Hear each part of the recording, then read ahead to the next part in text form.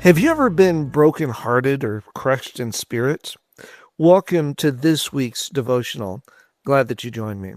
Now, that sounds like a very strange question that is something that we really don't want to have that conversation with anyone. What do you mean, have I been brokenhearted or crushed in spirit?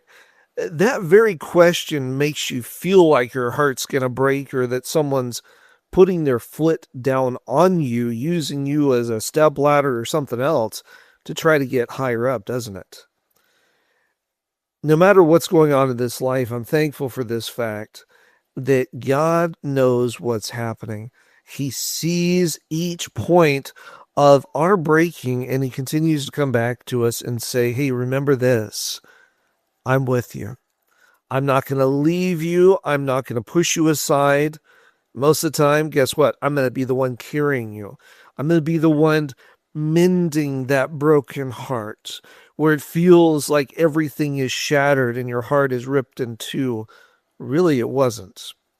I like how someone put it to me many years ago in these words, that Jesus' heart was ripped in two so our hearts would never have to be.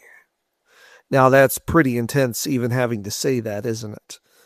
Our very Creator himself went through stuff that we should have to go through so that we never will have to go through that. Now, that is amazing news within itself, isn't it? Now, if we're being honest with ourselves, each one of us has felt those times where we've been crushed in spirit, even by those that we love the most. Seems like those that we love the most hurt us the most, doesn't it? But at the same time, they can be a healing factor for us that no one else can be. Even with that, there are always going to be those times where because of circumstances, because of people, because of whatever, our heart is going to be broken. It's going to be shattered with what seems to be beyond repair.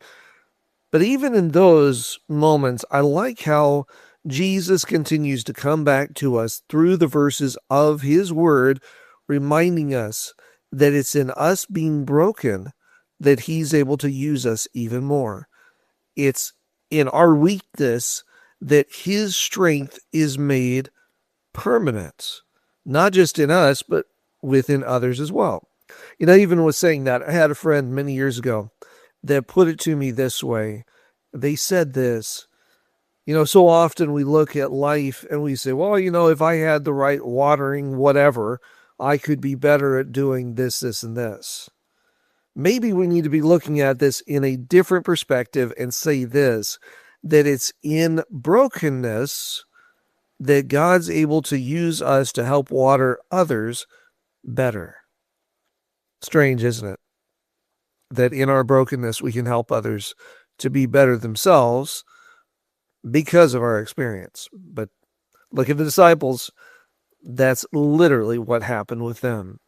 Speaking of that, our devotional verse for this week comes to us from Psalms chapter 34 in verse 18. And it says this, the Lord is near the brokenhearted and saves those who are crushed in spirit. Aren't you thankful for that? I don't know about you. I am continually grateful beyond measure that we serve a God that loves us so much. It's not just that he wants the best for us. He wants beyond the best for us. Too often, we're the ones holding him back from doing what he truly wants to do in and through us. I think that's the key, isn't it? To let go of what we think we know is best and say, God, I don't know anything. You know everything. Take me use me in my brokenness so I'm able to share your love with others, to share your mercy, your grace, your everything with those around me. Change me from the inside out so that I may be more fully like you in my brokenness, one that's used to shine your love in this very dark generation. Thanks again for joining me. I look forward to seeing you next time as we continue to study God's Word together. God bless.